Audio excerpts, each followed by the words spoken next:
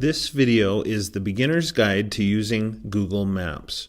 And if you haven't used this before, really it shouldn't be intimidating at all for you to use it. It's really a nice, helpful tool, and it's pretty easy to use.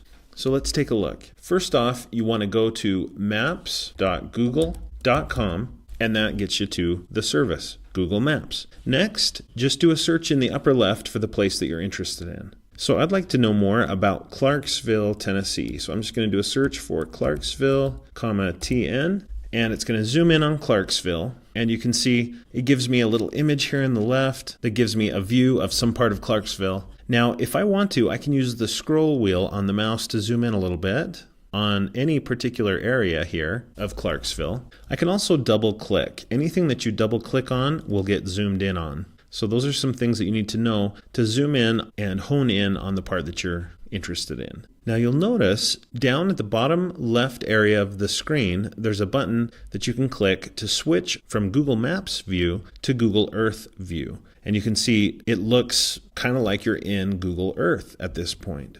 So it just depends on what your preference is, whether you want the Maps view or the Earth view. But to be honest, I think really most people that use Google Maps, it's not so much to learn about the world and learn about geography and things like that. It's rather to get directions from one place to another. And so you can do that here at the left. In addition to having this image of a part of Clarksville and some quick facts about Clarksville, it's got some options here for directions. You can also save this as a place that maybe you're going to look up a lot, that you might go to a lot. But most people will just click here on directions, and maybe they want directions from Nashville, let's say, to Clarksville.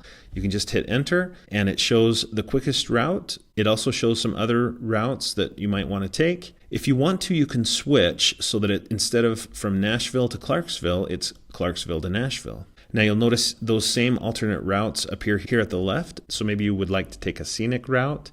You could switch to a different one of these, or maybe you want to bypass some construction. There's different options that you have. Okay, not only that, but you can go up to the top and you can specify that you're not going to be taking a car maybe you won't be driving, but rather you'll be taking public transit. And it looks like there just aren't some great options available right now for that. What about walking? Okay. And it gives you an estimate whether you're riding transit or driving or taking a bike or walking. It gives you an estimate for how long that's going to take. Okay. You can see that total miles and total amount of time. Okay. I'm going to switch back to driving and notice that there are options here. If you click on options, you can change from miles to kilometers or whatever you'd like to do. You can say you want to avoid toll booths, you want to avoid ferries and highways. Okay, so that's really going to change the route that it suggests if you change some of these options. If you click OK, you can also go here and change it from leave now to depart at or arrive by. Now, why does this matter? Well, if I'm departing now, maybe traffic is nice. But what about at 5 p.m. on a Friday? That's going to change the estimate for how long it's going to take to get from place to place, at least in some cases. In this case, it didn't seem to change it at all, but in many cases it will. Now, what if there's 3 stops in your trip? Instead of just Nashville and Clarksville, what if there's a third stop as well? Okay, I can just go back and I'll click on Leave Now, and I'll just click this plus sign to add a third destination. Okay, so if I add that one, and then I hit Enter, and again, it changes the results. And if I want to, I can click to reorder these in a way that makes a little bit more sense. But this is just a really great way, I think, to plan a trip and plan a route from one place to another. We do have some other tools that you should be aware of. Here in the lower right corner, we've got this gentleman here that kind of jumps to the side once you put your mouse on top of him. And we've got some images and then these little arrows pointing up. Well, what these images are, if you click on the images, it gives you some thumbnails that help you have a sense of what this place looks like. It's got a picture of Nashville, it's got a picture of Clarksville, and some landmarks and places like that. So that's kind of nice. This gentleman here, if you click on him and drag him onto the map, he looks a little reluctant, okay? But as you click and drag and drop him somewhere, look what happens. He will pull you down onto the road and into the map, and you can then click and drag and look around, and you can see what that part of the map looks like. This is called Street View. and it's a lot of fun. It's inside of Google Earth as well as Google Maps. Okay, so it's kind of fun. You can even double click on the road to move down the road and get a sense of the area. When you're done with Google Street View, you can just click this arrow, this back arrow, to get back out to the map view. All right, and then these arrows here at the right, those are just to expand or collapse the thumbnails that you see. So not a big deal there. You can zoom in using these plus and minus signs if you prefer to use those instead of the scroll wheel to zoom in and zoom out. So those are most of the options that you have in Google Maps. Here in the upper left, there is a menu that you can click, and you can change it to show traffic.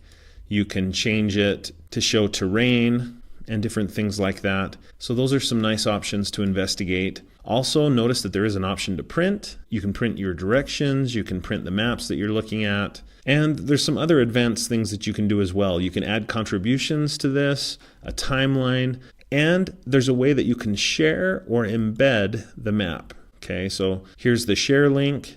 You can shorten the URL if you need to. There's also an embed option. You can copy that embed code and put it on your own website or blog. Now, to show the last couple of things about Google Maps, I'm going to X out of this trip that I planned because I want you to see that in addition to planning a trip and getting directions and things like that and learning about the world, there's a couple of other things you can do with Google Maps. And that is you can learn about what things are nearby a particular place. So let's say I'm going to be visiting Clarksville. I would like to know what's nearby. So I'll click on nearby, and it gives me some suggestions. What restaurants are nearby? Okay. And it pops up with some interesting options. Okay, those are some restaurants nearby. If I X out of that, I can go back and say, okay, what about nearby hotels? And it gives me some suggestions, including prices for those suggested hotels. So that's a nice feature. Now, what if you're looking for something else? Okay, maybe a music store. I'd like to know what music stores are available in Nashville. Probably quite a few, right? You would think. So I do a search, and it brought up, at least in Clarksville, a few different options for music stores. Okay, so that's a nice option to be able to search nearby. Notice that you can also send some of this information to your phone, which I think is a nice convenient option. You can just click that, you'll sign into your Google account, and then send to your phone the Google map. And I believe it pulls up in the Google Maps app. Finally, there is an option to share. If you click on share, it takes us to that same embed share link option that we saw earlier. So that is pretty much what you need to know in order to use Google Maps. Notice I didn't even sign into my account. You don't really have to. But if you want to use all of the features that are available, it is kind of nice to sign into your account. If you like Google Maps and would like to learn more, and maybe like to learn how to make your own Google Maps, I highly recommend that you watch my other video called Google My Maps. Thanks for watching. I hope you enjoy using Google Maps, and please consider subscribing to my YouTube channel for more videos about technology for teachers and students, and watch for a new video at least every Monday.